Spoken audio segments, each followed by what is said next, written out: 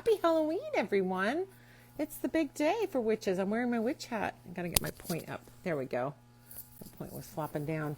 Yeah, we're all wearing our witch hats today. It's an exciting day, fabulous day. Samhain, Halloween, Dia de los Muertos, Jadi, all of the special holidays where we're getting together and making magic. Everybody, the whole world is magical today. We do it 365, but they do it one day a year. Happy to have them here. So I see you here, Courtney. I'm going to bring you in just a second. I'm going to give a little announcement. So we'll get you in here in a second. We're doing a thing called Meet My Familiar, and my guest today is the fabulous, amazing Courtney Weber. I'm so excited that she and I are getting together for Halloween. Like, that's the best thing ever. So what Meet My Familiar is, and why we're doing these series of live Instagram live videos that we're going to post over on TikTok and we're going to post over on YouTube, is because I have a new book coming out in January called The Witch's Guide to Animal Familiars. It's all about making magic with your animals, the special animals in your life, your pets, your farm animals, your wild animals. Oh my gosh, I get into all of it. So when I was telling my witch friends about this book, everyone was so excited and wanted to tell me their stories about their familiars. And so I said, this is a match made in heaven. I need to share these fabulous stories with you guys so you can learn about their familiars and learn about all the magic that they're making. And so this is such an exciting thing for me to do. So if you want to support me and support this book, the best thing you can do for any author is to pre-order the book. If you would pre-order also, we're going to give you some amazing bonuses. The first bonus that we're going to be giving is a $40 workshop. Normally costs $40. We're going to give it to you for free.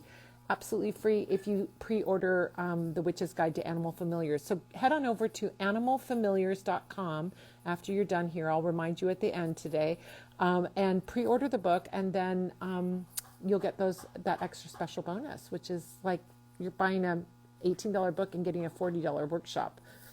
Not a bad deal in my book. I always like to give things like generously, so that's why we're doing that. So you'll get a live workshop with me about animal familiars, introduction to animal familiars, in January if you pre-order now and you sign up at animalfamiliars.com. All right, let's bring Courtney in here. I saw that she's here. I'm so excited to see her. We never get to see enough of each other. I mean, this is when we're busy writers in which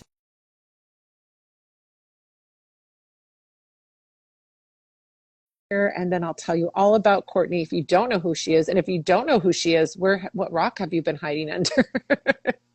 She's a big celebrity witch. I'd call you a celebrity witch.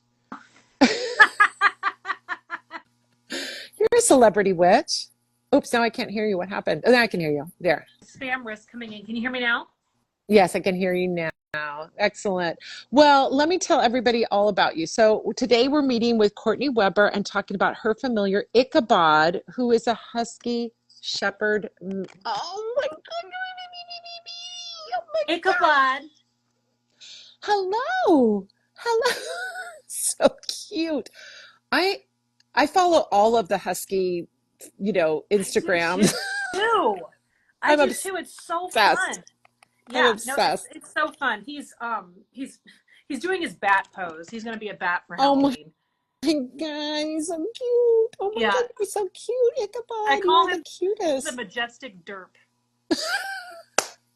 Because I think a lot of dogs majestic. He's quite majestic, but he is also quite a derp. Aren't you, bud? He does not like cameras. He's super shy. I know. He's like, I have to keep my intrigue if you're filming me all the time. I mean just like when I put a camera up in his face, he just puts his head down. He's like, no. But I've got a supply of cheese so that he can, he really wants to be upstairs. He wants to be upstairs napping on our bed because it's a rainy, cozy day, and that's where he'd rather be, is in the dark bedroom on the bed or outside the baby's room, because apparently I'm not a very good mom, according to the dog. I let the cat be in the room at the same time with the baby. There are times that I pretend to eat the baby, but he doesn't think that's funny. He thinks, and he gets really mad at me when I'm eating the baby. I'm like, I'm going to eat the baby. He's like, no, do not eat that baby. I'm like, so, yeah. That's hilarious. That is hilarious. He likes to sleep outside the baby's room. And he will come and let me know if I'm being a neglectful mother. Like, you let her nap without anyone staring at her. Fine, I guess. That is so cute. It's so cute. All right, well, let me tell everybody who you are, because those three people who don't know who you are, everyone else knows who you are. So Courtney Weber is a witch, an award-winning author, amazing author with amazing books. I mean, I love every single one of your books. Tarot advisor and influencer. She's the author of Bridget, History, Mystery, Magic of the Celtic Goddess, Tarot for One, The Art of Reading for Yourself, the Morrigan, Celtic Goddesses of Magic and Might, Hecate, Goddess of Witches, and Sacred Tears, her newest book, Sacred Tears, A Witch's Guide to Grief. She's a co-host of That Witch Life podcast, which I have been delighted to have been a guest on, and I just sent you a message that I can do that. Yes, I saw that. I'm going to send you the calendar invite. Excellent. We'll Excellent. So I'll be back on there. That'll be fun. I always have a great time with you guys. Courtney's been featured in Maxim. Were you naked in Maxim? No. Were you scantily clad? I was interviewed. There was a picture of me. I think I was, it was a picture of me in a shirt that said, "Where my witch is at." But they quoted me saying, "Oh no, wait, that was a different thing." No, they actually had me do a tarot reading on God, they had me interpret a tarot reading. I think it was for the 2016 election. I can't remember exactly what they interviewed me for, but I don't actually think my photos were in Maxim. Did you pull the Tower card in that reading? 2016. Holy shit. I think so. I think there were a lot of, I was just like, God, there's just too many Trump cards. God. She's also been in Huffington Post, Vice, and on the Tom Hartman show. And this is where they had my picture. And that's where they caught me. That's where they quoted me saying something really dirty about the Christian God. And I was like, oh, I guess I didn't think I'd be quoted when I saw the big pull quote. I got that's... interviewed at Pagan Pride Day, and I said something really dirty, and they got quoted. So, oh my gosh. Oopsie. Well, you can find Courtney, of course, in her Instagram and TikTok at Courtney A. Weber, and visit her online at CourtneyAWeber.com. And A is for awesome, right? Thank you. That's right. So we have met Ichabod. We know who Ichabod is now. We've met him. We've seen him. He's an amazing husky. For those of you who are just popping in now, he's this amazing, adorable husky shepherd mix, super cute and very camera shy. Yeah, I think we're going to sit with him on the floor. Okay. He's probably going to walk away. But I love it. I think we're going to be interrupted by the cat a whole bunch too. So, well, I have to say, you're the first person that we got to see their familiar live, because everybody else, either they're too shy or they're passed on, or we saw pictures. Jamie Sawyer was on, and she showed the beautiful art that she had done of her familiar Barney, who had passed on. So this is the first time we get to have an actual familiar in the studio, as it were. He's hard at work doing the cheese monitoring. Look at that. Oh, licking your lips. Somebody wants some cheese. So cute. Oh my God. I am obsessed. So I want to hear about the story of how the two of you met, because that is always an interesting story with a familiar. It usually has some kind of weird little twist to it. So tell me that story. He's a big rescue. First off, he was, I won't tell everybody all the details of his origin story, because they're pretty traumatic even for me. But he was part of a litter that was born on a puppy mill, a very bad puppy mill in Northern California. He and his litter mates were about 24 hours from being euthanized, because the state of California didn't think that such puppies of such a feral mom, his mom was quite feral, could be successfully put into a home. so he, with a number of rescue groups, worked together to get him and his litter mates out. And everybody, including his mother and his father, are all in good homes. His mom is living her best life on a sanctuary in Southern Oregon.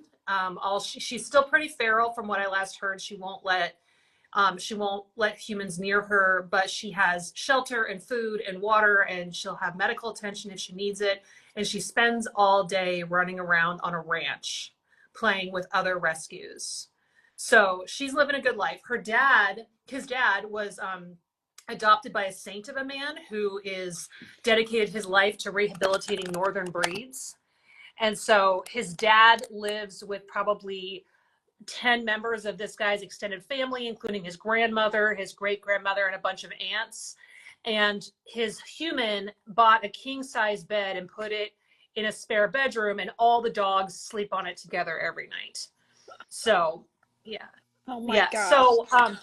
So we met, my husband and I had both, it was about 6 years ago, and it was in January, and we had just had our first miscarriage, and my husband's father had just passed away. So we had that loss, both those losses we were experiencing, and out of the blue, my husband said, why don't we just, instead of hanging out here, let's go out and get breakfast, which was something we don't typically do. We said, okay. We went down to this great little restaurant, and sitting outside was this young couple who had this absolutely gorgeous puppy that was, a shepherd, Malamute, husky, all kinds of northern breed mixes. And we were just like, oh, this puppy. And they said, and we met the puppy, and they said, he's got some cousins. He was part of a big rescue, and there are some cousins that are looking for homes. And we went down and sat and talked about it. And we've been talking about getting a dog for a while. And we kept putting it off for one reason or another. And I said, maybe this is the time to do it. That this is, something about this feels right. So we went to, we put in an application. We looked at his pictures. We thought he was real cute. We did a tarot reading on it because it was him and his sister were the only ones that were left of the litter that were still trying to be home. Oh, that's Bear. Yeah, that's the cat. This is the, according to Ichabod, this is the greatest threat to the baby, is this cat. Yeah. Well, they do suck the air out of the baby's lungs. You do know that. So. Yeah. Okay, I have to show you something real cute. Look at this. Oh, the little hand like jiggling your leg. Yeah, he's like, you gotta keep petting me, Mom. Don't talk about the cat. Pet me. Rub my belly. So so we drove to now he's chasing the cat away because the cat is a threat to me. Yeah. You stupid stinky head. Oh, I love you. You're a big boy. Yes. Now you sneezed on me. Ew. Okay. Yeah. So you were looking. So you were looking at the puppy. We applied, and the woman who was in charge of his rescue was extremely strict about who she was giving these puppies to, because in her mind she's like, these animals have been through enough, and I'm not, like, she put us through like, where is the puppy going to sleep? Who's at home during the day? What's your plan for training? And then if we said, well, there's a trainer we work with, she's like, what kind of collars do they use? And just like was just picking apart everything. We provided references, so she reached out to both the people that we had used as our references, and she was asking them about the trainers that we were talking about. She's like, I don't like the sound of this one trainer that they mentioned, like just really, really dug in. And then she decided we could adopt him. And we drove all the way to the Umpqua, the middle of the Umpqua Valley, which is like a nowhere place in Oregon. But it's especially during the winter, there's literally no one there. These towns have like 50 people in them. And we were supposed to, so he had been fostered, but I need to make sure he didn't just steal one of my kids' toys. What if he got Yeah, he did. This is, oh my gosh, look at, he's like, the cat's away, the mice will play, oh my God. Right? She's distracted. Okay. I can, now's my chance. a little too perky and happy running over there. I'm like, It's like something, when the kids are being quiet, there's yeah, trouble. he's just prancing through the living room. I'm like, oh, he's up to no good. So, and we went to see him, and he was extremely shy. Like he'd spent, he had not been around many people. He went, he had not been around many people because there just hadn't been that many people. Now he's taking it out on me that I've taken his toy. He's like, I will take it out on your rug. Well, if joke's on you, I bought a Ruggable. So it's really tough to destroy. Even if you did, I'm not too upset about it. Because, yeah. So, I mean, what you're seeing around here is the chaos that we always experience with my animal. It's just always a circus.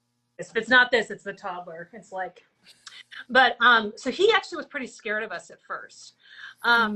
Because there had really been no people around to socialize him with. His foster human basically just let his dog take care of Ichabod, which was cute in some ways, but it also proved to be very challenging because this dog became very protective over his puppies, and would not let any humans. So if he had any contact with humans, his adoptive uncle was like, stay away from him, so he had programming that humans were bad, both from his mother and from his adopted uncle. So when we brought him home, he tried to escape from us, tried to run away. We stopped halfway home off, at a rest stop off on I-5, and he tried to escape. And when we finally got him home, he tried to. We're back for part 2 because Courtney's familiar destroyed the interview. If you won't let me play with the toys, I am not going to let you have your interview time. That's a shepherd, I think. They're very protective, and a husky, a little derp, as she called him. Hi guys, hello. We're having Courtney Weber on with her adorably derpy. There she is. Okay, let's get you in here. There we go.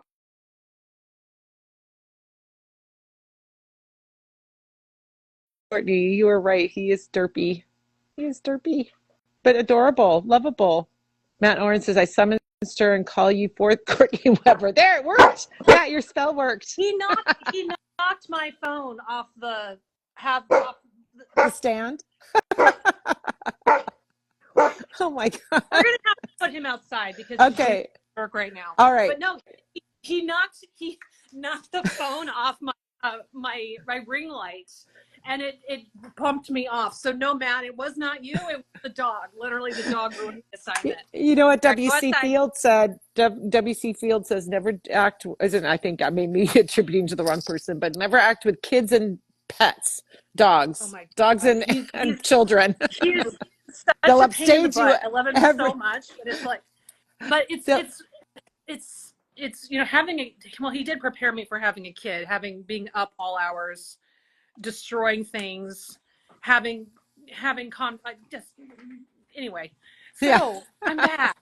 All right. Well, let's go to another question because I'm really curious about how he shows up as a familiar and how he's incorporated in your magical practice. Have you noticed him doing things? I mean, what is it?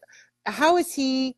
I mean, a familiar is not just a pet. We have, like, your cat is probably your pet. Your cat is your ally, your companion, your fun friend. But when we talk about familiar, we're talking about an animal that really creates magic or adds their energy to our magic or partners with us in our magic. So how would you sort of say that he shows up in your magical practice? He's a pretty reluctant participant, to be honest. I think it's because I traumatized him with a Sawin 2 years ago. So I can talk about this now because it's been a while. But it was the Samhain where there was a full blue moon.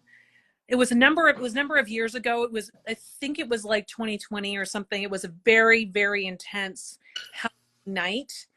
And my husband and I decided to sleep on the floor of our magic room beneath our ancestor altar.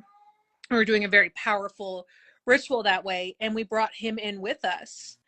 And it was, I mean, I could see spirits walking through the room, and that's not something I see a lot. He absolutely lost it. He could obviously see them too. He freaked out. He would not sleep with the door closed for 6 months, even when we were back in the bed. Like, he would no. It started this whole feedback loop where he was absolutely terrified at night, where he would not let us sleep with our door closed. And that was a problem because we had two cats at the time that would just walk all over me all night and eat my hair. Yeah. So I didn't sleep for a while after that because he was so freaked out. I mean, you could say it was because with a dog like him that they're very much about like things being in order in place. Like, he gets upset if the pillows fall off the couch. He will come alert me. He's OCD dog. He's OCD dog. No, he's like, this is not okay. Like, he got really mad when the baby pulled a bunch of stuff out of, like, all the Tupperware out of the drawer and threw it around the kitchen. He came and barked at it like, no. So it might have been because we were sleeping on the floor in a different room, but I think it was probably also we had so much spirit activity that he just was like, I can't do it. So for 6 months he did not sleep with the door closed. So I have brought him along when I have done rituals for Hecate as like my partner in this. But to be honest, if I could really name a familiar, it was my cat Lilith, who passed away about 7 years ago. She was a tiny little black cat, mean as a hornet, and loved magical ritual. I was living in Connecticut at the time, at a theater company, and the company owned a couple of big, I mean, it was almost comical, the stereotypes there. Like, I lived in a creepy old mansion over the ocean by the woods above a little cemetery plot, and I would walk through the woods with my black cat Lilith at night. Oh my gosh. And so all these theater kids that came in from their expensive colleges, and these theater producers that would come to workshop, there was creepy Courtney walking around at night with a little black cat at her feet. Oh my gosh. And I'd always play into it, be like, pretend you don't see her. I used to do that. Or you could have said, what cat? I don't have a cat. What cat? I'm like, oh, did you see her? Not everybody can. Yeah. And so she used to like walk around my ritual items and things like that. Like, even the day she died, she had a stomach cancer that I knew something was up with her stomach, but the cancer really, with cats and dogs, obviously, oftentimes you don't know they have cancer until they're literally dying. Mm-hmm. So it was actually a spring equinox. It was, my husband and I had literally we moved out to Oregon on St. Patrick's Day, and March 17th, and on March 21st, I put out some wildflower seeds, and she was walking around them in a circle, like she was really into it, and she died that night. And she had actually a friend of mine came from the other side to help her cross over. He came to escort her personally. She was. My favorite story about Lilith is how she dumped an ex for me who was not getting the hint from me personally. So I had been in a toxic situationship with this guy off and on for a long, long time, and we're of course you're in your 20s and you decide you're going to break up with someone, but first they spend the night with you. Yeah. And then I roll over the next morning and I'm like, this really isn't going to work. I think we really need to end this. I really need you to stop coming over. And he's just like, yeah, but. And he's like, wasn't listening to me. And I was like, no, I'm serious. We need to cut this off. It's over. This isn't going to work for me anymore. And he just was not listening, And just then Lilith jumped up on the bed and started kneading his groin with her claw out. And I love you.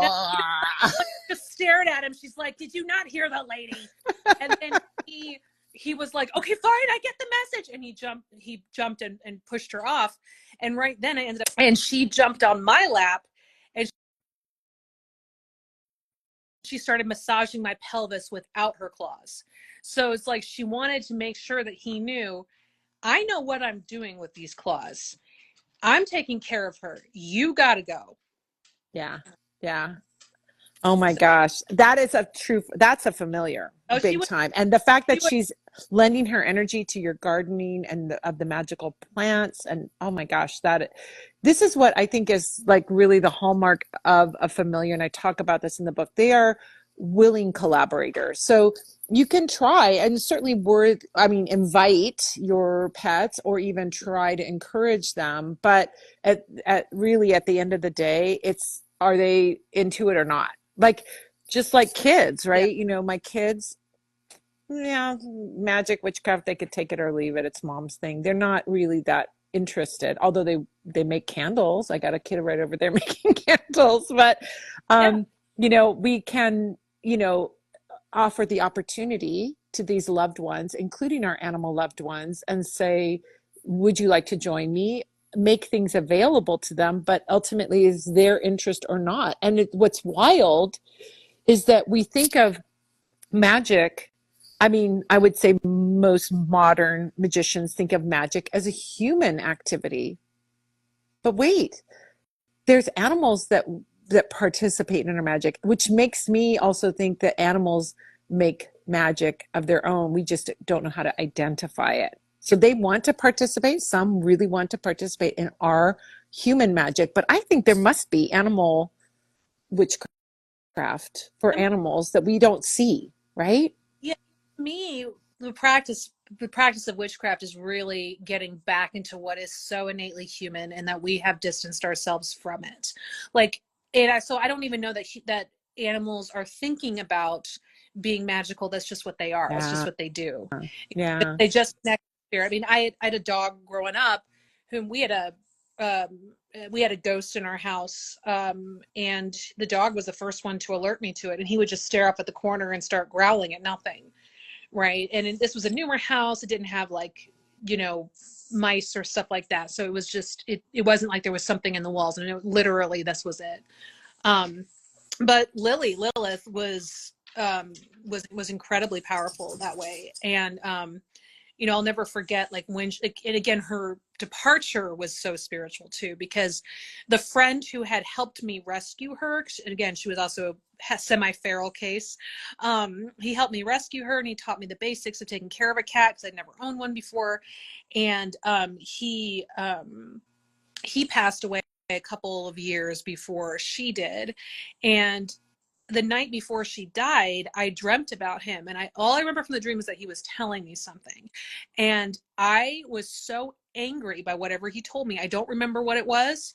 I woke up seething, and I was like, why, what in the world would he have said to me that made me so angry? But I was like so mad all day by whatever it was he said in the dream. And then, of course, like most dreams, you forget about it. And then that night, we knew something was very wrong with Lily. And so we rushed her to the emergency vet. Like, we were in a moving van, like driving her to the emergency vet through the like winding backcountry roads in, rural Oregon, in the middle of the rain. And we get in there, and the vet is giving us all these options. Like, we could try a blood transfusion. We could do this. We could do that. We could, talk to an oncologist, this and that and the other.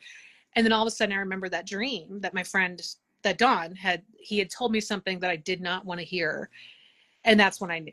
I was like, okay, she's done, and he's coming to take her home. And that must have been something he told me, is that he was going to come take Yeah. her, that she was about to go, but he was going to be there. And I obviously wasn't ready for that. And I turned, my husband was like, we need to talk, because he was afraid I was going to, try to put this cat through treatment. And we went to the room, and I just said, I dreamt about Dawn last night, and I think he's come to take her home. And he said, okay, he said, I think that's probably what we need to do. Yeah. So, yeah. I think animals in general seemingly have, they oftentimes will hang around just because the owner wants them to hang around, right? And there's nothing wrong with that hanging around, but I think animals themselves have a more ease and an innate knowing that they're going to come back again. That we, with all of our religion and our, that we've been put in our head, we more see death as like an ending, whereas animals don't have that. Obviously they enjoy life, they want to live, they're not going to throw themselves, unless you're a lemming, you're not going to throw yourself up a cliff. But But that idea that, that the spirit is eternal, I think animals have an innate knowing of that, and humans with all their rational mind forget about that, And so I think that animals are like, yeah, it's my time. I think we see that in, more enlightened, older folks too. When you had a full life, you're like, kind of like, I'm ready to go, right? I've lived my life. It was amazing. My body's breaking down. It's not like I have quality of life, so I'm kind of ready, and you often see these people that are Like 90s and hundreds, yeah, that say that. my grandmother's last intelligible words were, "I gotta get out of here." Yeah, right. You can have this kind of acceptance of it, acceptance that life is a limited, in this lifetime we're limited, and then we come back again, right? So yeah. I want to ask you a question, like if you have any, because you have experience with Lilith in particular, and all your other loving animals that are there, they, like I have often said, it's not like the familiar is this. It's like we have these wonderful companions, and they each kind of serve a purpose and a role. Like I have friends that are not magical witches. I have friends that are witches and tarot readers and those magical people, but I also have friends that are mundane people, and I delight. Like some of my best friends are mundane people too. It's not that I go, well, my witch friends that I can make magic with are more important to me. You just have friends with different purposes, and I think that is true of our animal friends and companions and allies. But in terms of like a familiar, what tip would you have for someone who wants a familiar or has a familiar or wants that relationship, or what would you say, or developing that relationship? Would you have any like special advice or tips that you could give? I'd say you could always cast for it and then be open to how it comes to you. Like I would have never imagined, because I didn't grow up with cats. Honestly, I don't really think of myself as a cat person. I like cats. I love the cats that I have. But if I see a cat that's not mine, I'm not like, "Oh, a cat," the way I am with a dog. I Yeah. freak every dog I see because I'm a dog person. Yeah. And so I think if I hadn't been open to, okay, something about this cat is different. This is my cat. I don't think I would have gone out seeking a cat.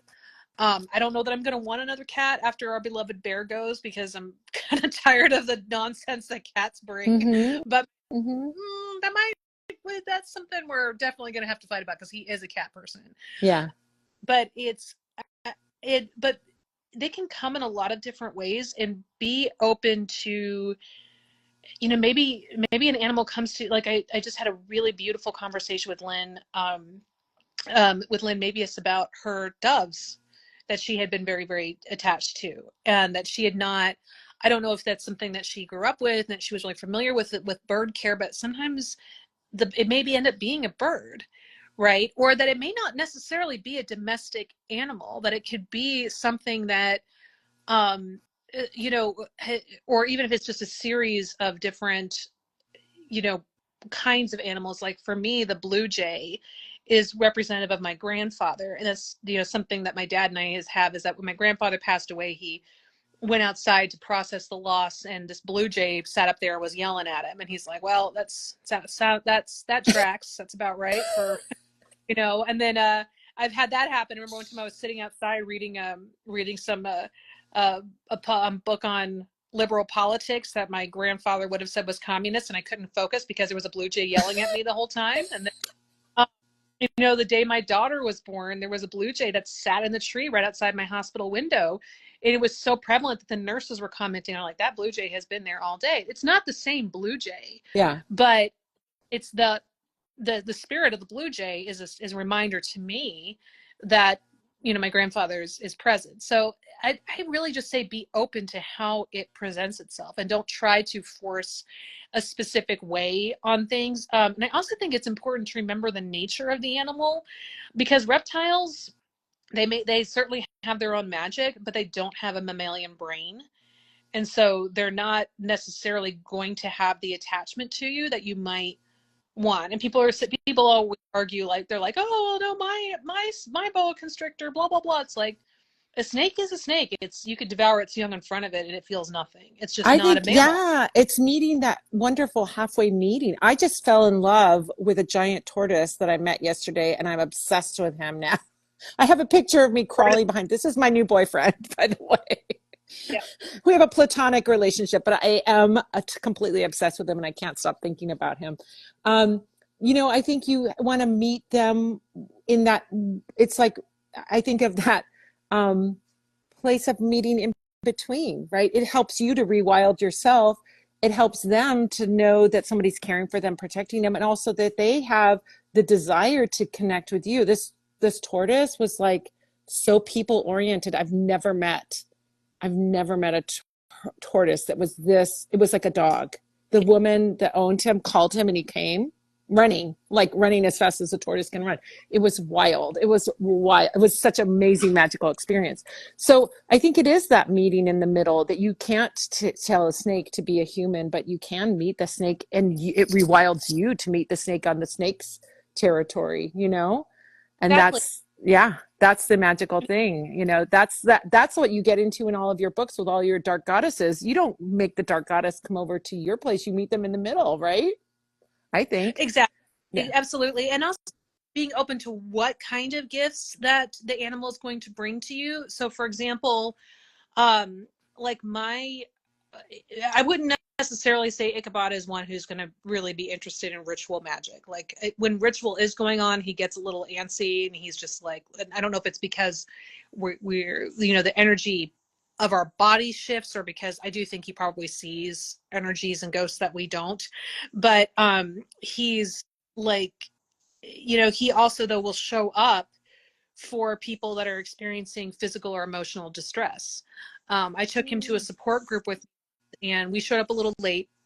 Everybody was already seated, and there was a woman who was seated there, and he, even though he's very shy and doesn't let strangers pet him, he sat by her and would not move. And then a little while she admitted that she was dealing with some sciatica. So it's not like she was walking funny. And he was like, oh, I need to protect her. He just knew.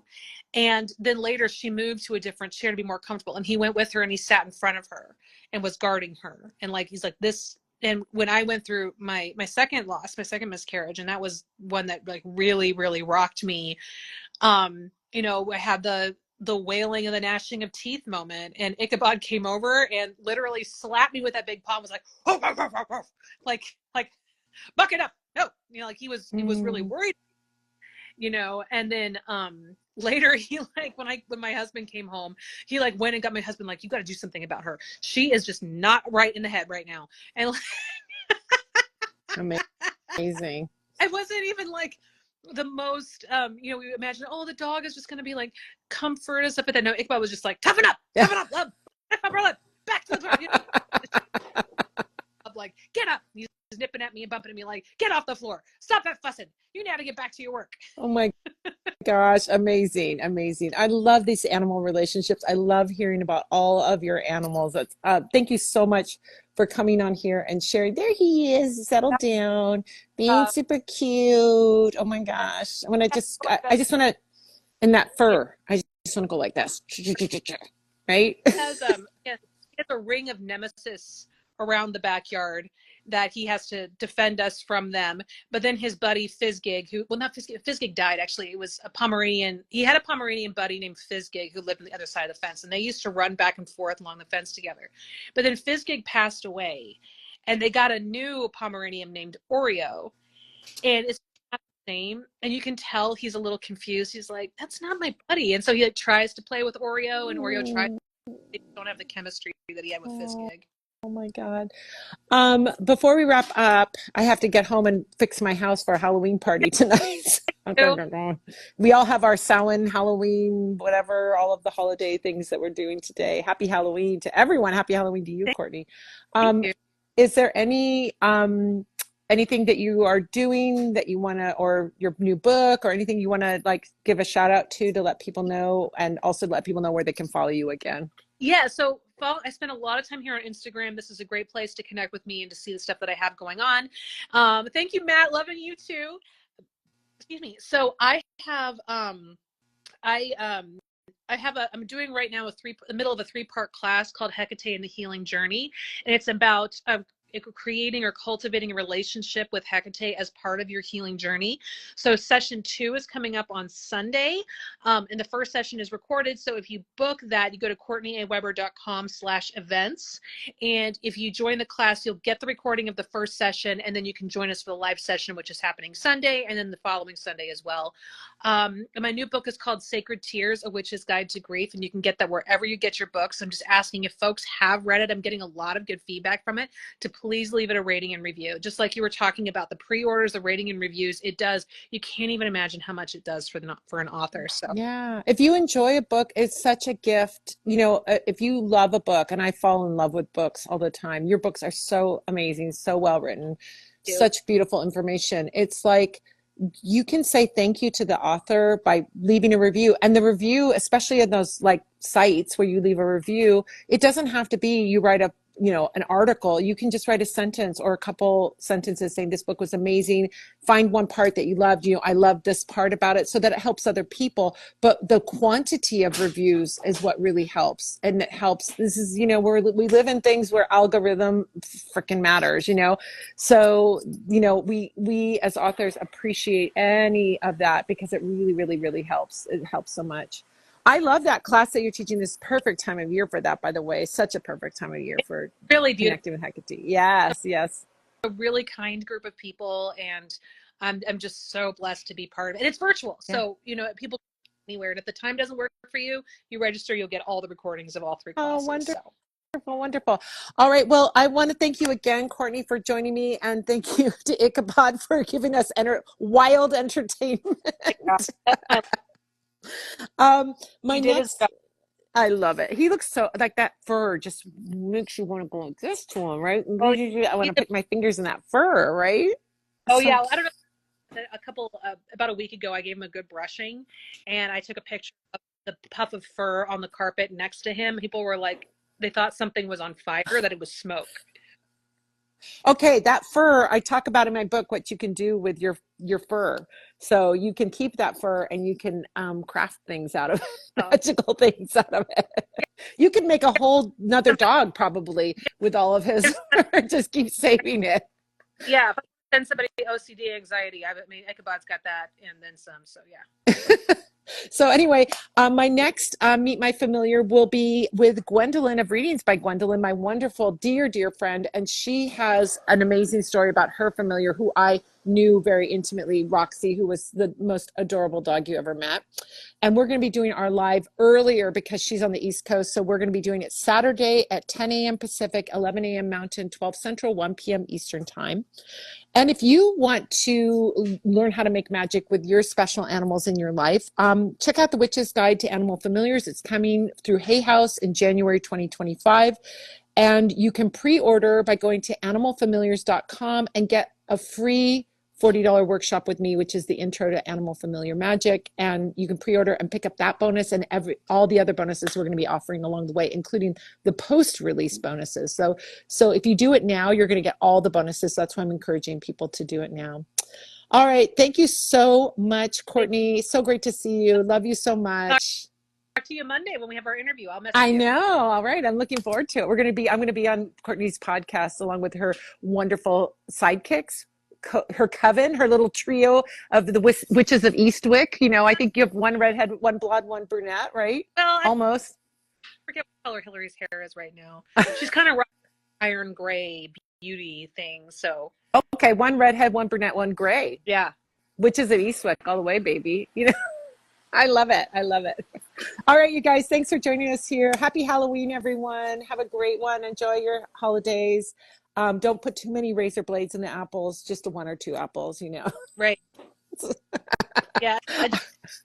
Keep them to yourself. All right, you guys. Have a great Halloween, everyone. Thanks, Courtney. Bye, everyone.